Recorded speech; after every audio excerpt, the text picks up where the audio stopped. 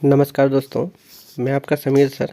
आप सबका अपने YouTube channel PCS with Sameer sir पे बहुत बहुत स्वागत करता हूँ। जैसा कि आप सब जानते हैं कि अभी तक हम पॉलिटी का लेक्चर ले रहे हैं और आज का जो हमारा टॉपिक होगा वो होगा आपात उपबंध। देखिए, जो भारतीय संविधान है उसमें 3 तरह के आपात की बात कही गई है। पहला है राष्ट्रीय आपात, जिसका डिस्कशन भारतीय संविधान के अनुच्छेद 352 में हुआ है। दूसरा है राष्ट्रपति शासन, जिसके बारे में भारतीय संविधान के आर्टिकल 356 में बताया गया है। और तीसरा है वित्तीय आपात, जिसके बारे में संविधान में अनुच्छेद 360 में बताया गया है। इसके बाद अगर हम बात करें राष्ट्रीय आपात की, तो एक एक करके हम डिस्कशन करेंगे। तो 352 देख लेते हैं। देखिए, राष्ट्रीय आपात का जो आधार होगा, हम डायरेक्ट पढ़ाने लगे हैं इसलिए क्योंकि आपका टाइम बहुत कीमती है, मेरा भी टाइम बहुत कीमती है, स्वास्थ्य भी बहुत अच्छा नहीं है, तो मैं डायरेक्ट ही पढ़ा रहा हूँ। तो राष्ट्रीय आपात की बात कर रहे हैं, तो राष्ट्रीय आपात की जो आधार है, मतलब जो 352 अनुच्छेद का प्रयोग होगा, उसका जो आधार है वो 3 तरह का है। पहला है युद्ध, दूसरा है वाह्य आक्रमण और तीसरा सशस्त्र विद्रोह। ये तीनों ही आधार हैं जिसके अकॉर्डिंग राष्ट्रीय आपात लगाया जा सकता है। ठीक है, तो यहाँ तक आपने देखा। आइए चीज़ों को और भी अच्छी तरीके से एक्सप्लेन करते हैं। देखिए, राष्ट्रपति जो होता है, राष्ट्रीय आपात की घोषणा मंत्रिमंडल यानी कि कैबिनेट के लिखित प्रस्ताव पर ही करता है। कैसे करता है? जब कैबिनेट जो होता है वो लिखित प्रस्ताव करता है, लिखित प्रस्ताव देता है, तभी राष्ट्रपति राष्ट्रीय आपात की घोषणा करते हैं। राष्ट्रीय आपात की घोषणा को न्यायालय में प्रश्नगत किया जा सकता है। ये चीज़ इम्पॉर्टेंट है, याद कर लीजिएगा। देखिए, 44वें संशोधन द्वारा 44th जो कॉन्स्टिट्यूशनल अमेंडमेंट हुआ था, उसके द्वारा यह प्रावधान किया गया कि अनुच्छेद 352 के अधीन घोषणा संपूर्ण भारत में या उसके किसी भाग में किया जा सकता है। राष्ट्रीय आपात के समय राज्य सरकार निलंबित नहीं की जा सकती, अपितु वह संघ कार्यपालिका के पूर्ण नियंत्रण में आ जाती है। निलंबित नहीं होती है, लेकिन जो संघीय कार्यपालिका है उसमें उसके पूरी तरह से नियंत्रण में आ जाती है। ठीक है। देखिए, राष्ट्रपति द्वारा की गई आपात की जो घोषणा है, 1 महीने तक, ये इम्पॉर्टेंट है, कई बार एग्जाम में आ चुका है, 1 माह तक प्रवर्तन में रहती है। ठीक है। अगर हम बात करें, इस दौरान इसे संसद के 2/3 यानी कि 2/3 मेजॉरिटी से अनुमोदित करवा लिया जाता है, तो वह 6 माह तक प्रवर्तन में रहती है। संसद उसे पुनः एक बार 6 माह तक बढ़ा सकती है, मतलब 6-6 महीने के लिए बढ़ाया जा सकता है। देखिए, यदि लोकसभा साधारण बहुमत से आपात उद्घोषणा को वापस लेने का प्रस्ताव पारित कर देती है, तो राष्ट्रपति को उद्घोषणा वापस लेना पड़ता है। यहाँ तक आप समझ गए होंगे। आपात घोषणा पर विचार करने के लिए लोकसभा का विशेष अधिवेशन तब आहूत मतलब होता है बुलाना, किया जा सकता है जब लोकसभा की कुल सदस्य संख्या का 1/10 मतलब कोरम जो होता है द्वारा लिखित सूचना लोकसभा अध्यक्ष को तब जब सत्र चल रहा हो या राष्ट्रपति को जब सत्र नहीं चल रहा हो दी जा सकती है। मतलब इसके बारे में लोकसभा अध्यक्ष को तब जो है जब सत्र चल रहा हो तब दी जा सकती है, और राष्ट्रपति को सत्र ना चले तब भी दिया जा सकता है। तो ये चीज़ आप लोग देख लीजिए, फिर से देख लीजिए। आपात घोषणा पर विचार करने के लिए लोकसभा का विशेष अधिवेशन तब आहूत किया जा सकता है जब लोकसभा की कुल सदस्य संख्या कितनी हो, 1/10 सदस्यों द्वारा लिखित सूचना लोकसभा अध्यक्ष को जब सत्र चल रहा हो या राष्ट्रपति को जब सत्र ना चल रहा हो दी जा सकती है। ठीक है। अब अगर बात करें लोकसभा अध्यक्ष या राष्ट्रपति सूचना प्राप्ति के 14 दिन के अंदर लोकसभा का विशेष अधिवेशन आहूत कर सकते हैं। ठीक है। आपातकाल के समय क्या होता है देख लेते हैं।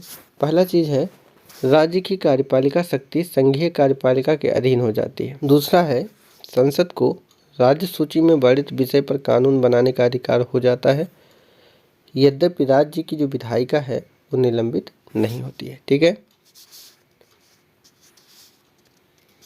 देखिए तीसरा चीज है, संविधान संघीय की जगह एकात्मक हो जाता है। इस टाइम पर संविधान क्या हो जाता है, एकात्मक श्रेणी में आ जाता है। वैसे भारत का संविधान किस रूप में आता है, संघ है, मतलब संघीय व्यवस्था भारत में। अगला चीज देखते हैं, संसद द्वारा राज्य सूची पर बनाया गया कानून आपातकाल की समाप्ति के 6 महीने तक प्रभावी रहता है। कितने महीने तक, 6 महीने तक। अगला है, राष्ट्रपति केंद्र से राज्यों को दिए जाने वाले धन या वित्त को समाप्त कर सकता है। ऐसे संशोधन उस वित्त वर्ष की समाप्ति तक जारी रहती है जिसमें आपातकाल समाप्त होता है। अगला चीज है, राष्ट्रीय आपातकाल की स्थिति में लोकसभा का कार्यकाल उसके सामान्य कार्यकाल यानी कि 5 वर्ष से आगे संसद द्वारा विधि बनाकर 1 वर्ष के लिए कितनी भी समय तक बढ़ाया जा सकता है। मतलब एक बार में अगर कानून बनाएगा संसद तो 1 साल के लिए बढ़ जाएगा, किंतु यह विस्तार आपातकाल की समाप्ति के बाद 6 महीने से अधिक समय के लिए नहीं हो सकता। मतलब आपातकाल के दौरान एक एक साल बढ़ाया जा सकता है, लेकिन जब समाप्ति हो जाए आपातकाल की तो 6 महीने से ज़्यादा तक नहीं रह सकता। आगे है, अगर एग्जाम्पल इसका ले तो 5वीं लोकसभा 1971 से 77 का कार्यकाल 2 बार एक समय में 1 वर्ष के लिए बढ़ाया गया। मतलब हर साल, मतलब 2 बार बढ़ाया गया था 1 साल के लिए। 5वीं लोकसभा की बात हो रही थी। ठीक है, अब अगर हम 7वां पॉइंट देखें तो अनुच्छेद 358 एवं 359 राष्ट्रीय आपातकाल में मूल अधिकारों पर प्रभाव का वर्णन करता है।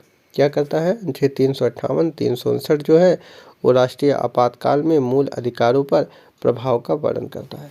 358 अनुच्छेद 19 द्वारा किए गए मूल अधिकारों के निलंबन से संबंधित है। मतलब जब राष्ट्रीय आपात लागू होता है तो अनुच्छेद 358 के तहत अनुच्छेद 19 जो होता है निलंबित हो जाता है। वहीं अनुच्छेद 359 जो है अन्य मूल अधिकारों के निलंबन से संबंधित है।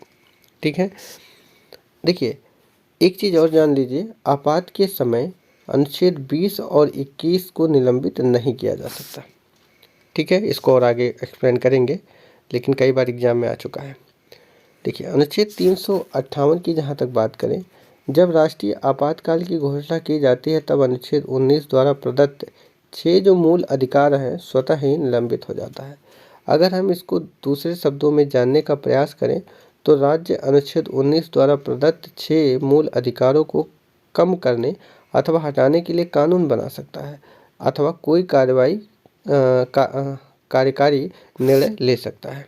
ठीक है, तो कहने का मतलब ये है कि इतना इसमें जानिए कि अनुच्छेद 358 के तहत अनुच्छेद 19 के जो 6 मूल अधिकार हैं इनको निलंबित कर दिया जाता है।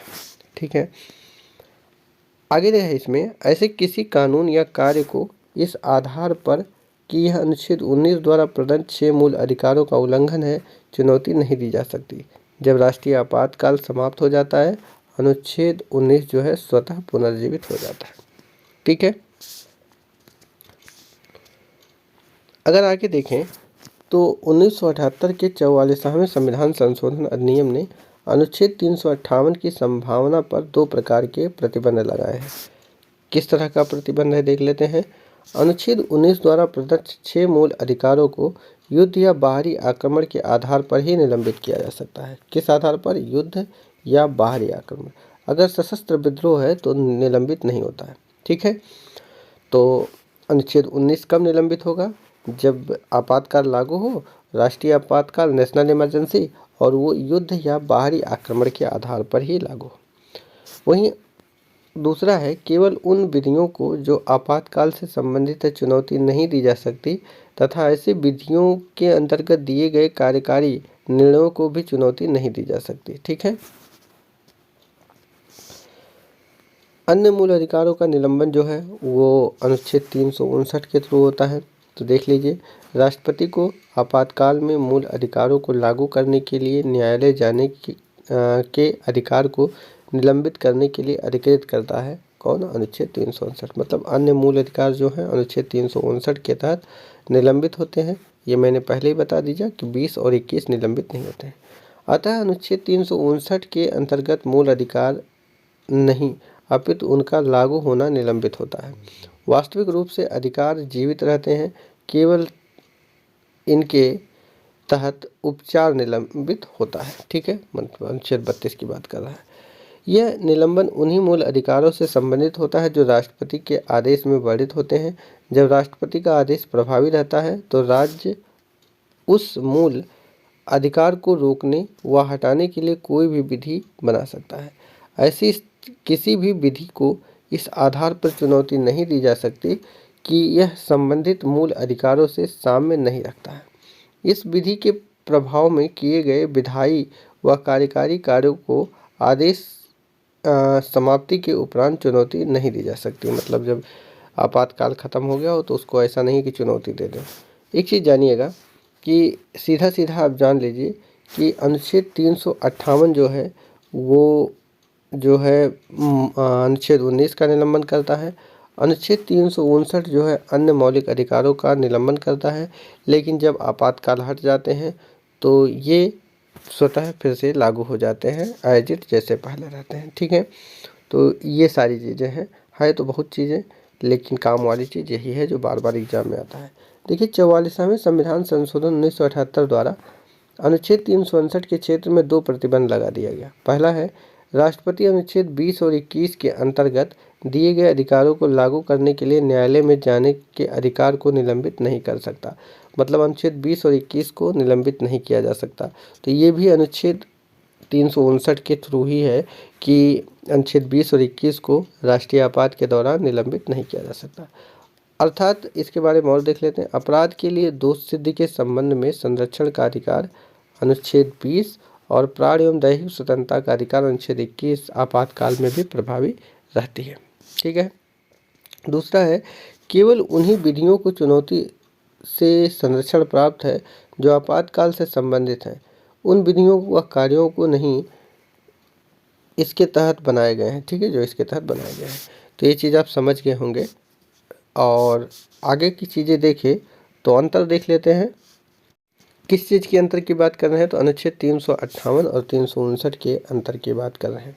तो देखिए अनुच्छेद 358 केवल अनुच्छेद 19 के अंतर्गत मूल अधिकारों से संबंधित है, जबकि अनुच्छेद 359 उन सभी फंडामेंटल राइट यानी कि अधिकार मौलिक अधिकारों से संबंधित है जिनका राष्ट्रपति के आदेश द्वारा निलंबन हो जाता है। अनुच्छेद 358 स्वतः ही आपातकाल की घोषणा होने पर अनुच्छेद 19 के अंतर्गत मूल अधिकारों का निलंबन कर देता है।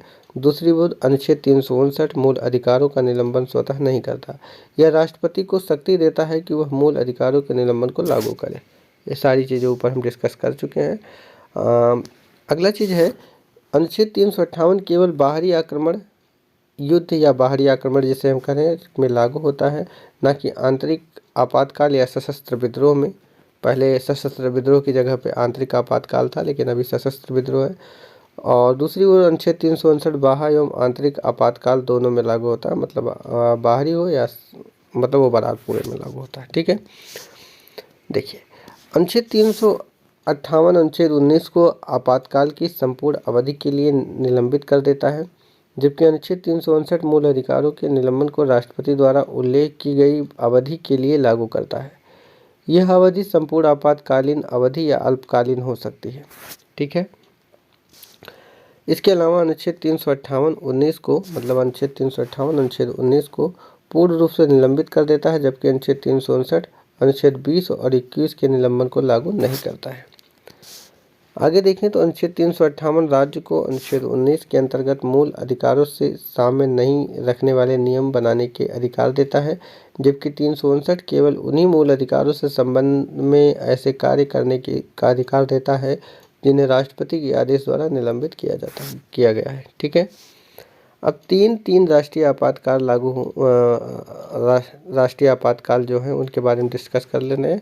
अनुच्छेद 352 की बात करें तो इसके आधार पर आपातकाल की प्रथम घोषणा चीनी आक्रमण के समय 1962 में की गई थी। 26 अक्टूबर 1962 के तहत तीन आपातकाल लागू हुए हैं। कब कब हुए वो चीज़ जान लीजिए। पहला जो हुआ है 26 अक्टूबर 1962 को, जब चीन का आक्रमण हुआ था, मतलब हमारी चीन से लड़ाई चल रही थी। यह उद्घोषणा 10 जनवरी 1968 को वापस लिया गया। दूसरा चीज़ है अनुच्छेद 352 के आधार पर आपातकाल की उद्घोषणा 3 दिसंबर 1971 को दूसरी बार पाकिस्तान युद्ध के टाइम पर बाहरी आक्रमण के आधार पर लिया गया था।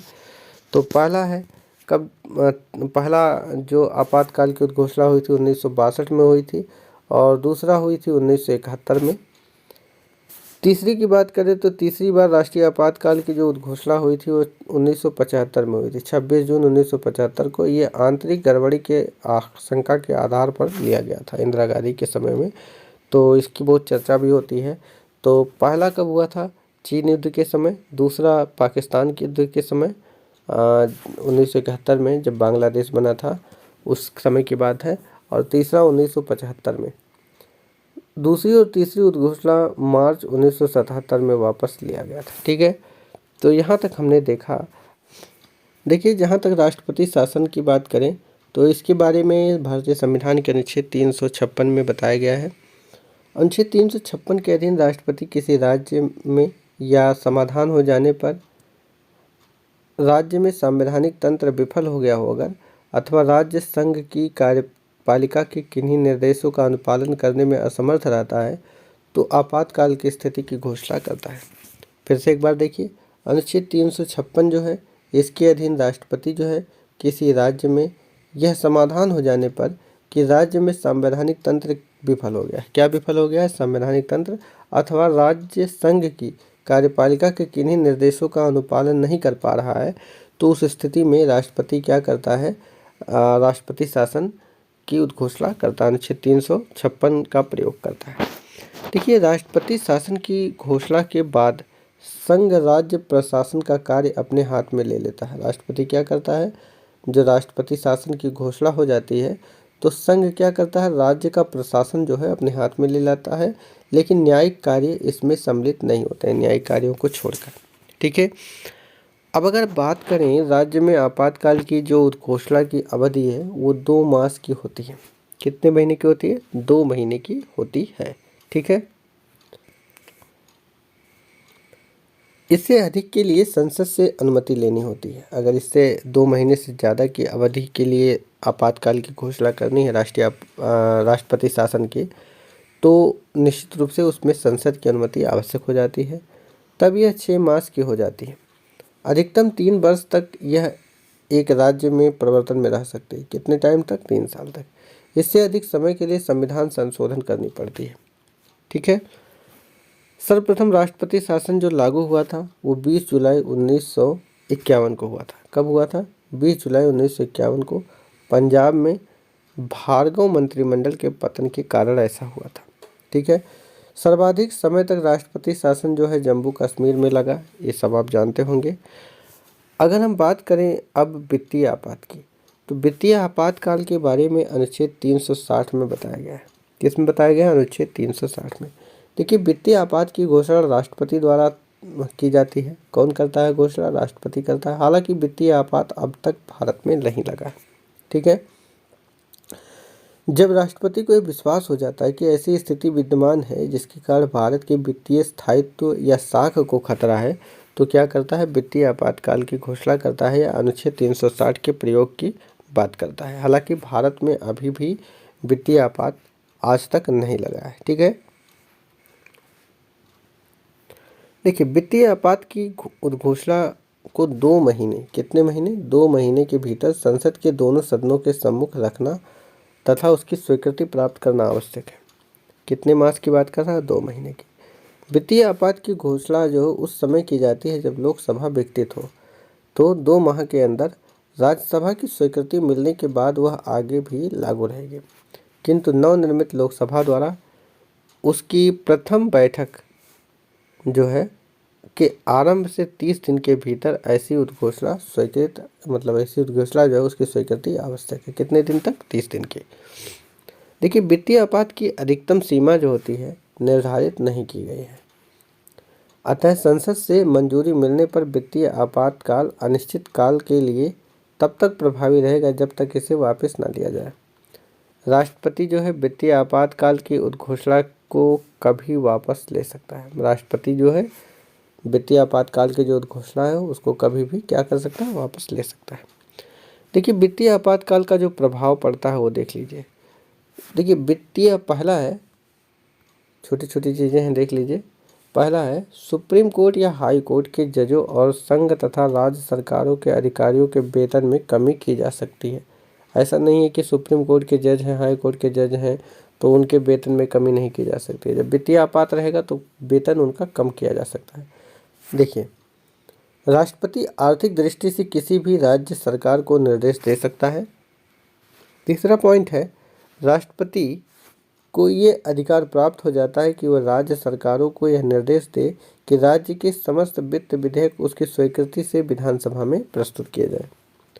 चौथा पॉइंट है राष्ट्रपति केंद्र तथा राज्यों में धन संबंधी विभाजन के प्रावधानों में आवश्यक संशोधन भी कर सकती है। तो यहाँ तक हमने देखा आज आपातकाल के बारे में। हमारा अगला जो टॉपिक होगा भारत के राष्ट्रीय चिन्ह होगा, लेकिन लेक्चर लंबा हो जाएगा। एक वीडियो और बचा होगा, मतलब एक लेक्चर और होगा आप लोगों का, और तकरीबन लगभग पूरी संविधान समाप्त हो जाएगी। तो अभी धीरे धीरे सारे लेक्चर भी आएंगे, तो संविधान आपका मान के चलिए कि समाप्त हो गया। एक लेक्चर हम कभी भी अपलोड कर सकते हैं, तो उसको देख लीजिएगा। उसमें कुछ इम्पॉर्टेंट टॉपिक होंगे, जैसे भारत के राष्ट्रीय चिन्ह है, आप इसको देखते जाइए। और अगर हम बात करें इसके अलावा कुछ चीज़ें हैं, राष्ट्रगान वगैरह के बारे में चीज़ें हैं जहाँ से अक्सर क्वेश्चन बनते हैं। राष्ट्रगीत के बारे में क्वेश्चन बनते हैं, आप देखते जाइए। राष्ट्रीय कैलेंडर में बहुत बार क्वेश्चन बना है। राष्ट्रीय पुष्प, पक्षी, पशु, फल, इस तरह की चीज़ें पे क्वेश्चन बना है। इसके अलावा जो है संसद की वित्तीय समितियाँ जो हैं, प्राक्कलन समिति और जो है लोक लेखा समिति, इस तरह की चीज़ें हैं, देख लीजिए जहाँ से क्वेश्चन बन सकते हैं। तो ये सारी चीज़ें हैं, तो बहुत होगा तो अगले लेक्चर में सारा चीज़ करा करके हम समाप्त कर देंगे। आप लोग रोल कर रहे हैं, देखते जाइए। पूरी पॉलिटी आपकी लगभग समाप्त हो गई है, तो यकीन मानिए कि एक लेक्चर और लगेगा इसके बाद और सारा समाप्त हो जाएगा। पंचायती राज भी बचा हुआ है, तो उसी में इसको भी करा देंगे। तो निश्चित रूप से आप लोगों का सारा जो चीज़ है संविधान का वो कंप्लीट हो जाएगा। तो एक लेक्चर के बाद आपका सब समाप्त हो जाएगा। तो आज इतना ही, फिर मिलेंगे अगले लेक्चर के साथ जल्द ही। तब तक के लिए नमस्कार।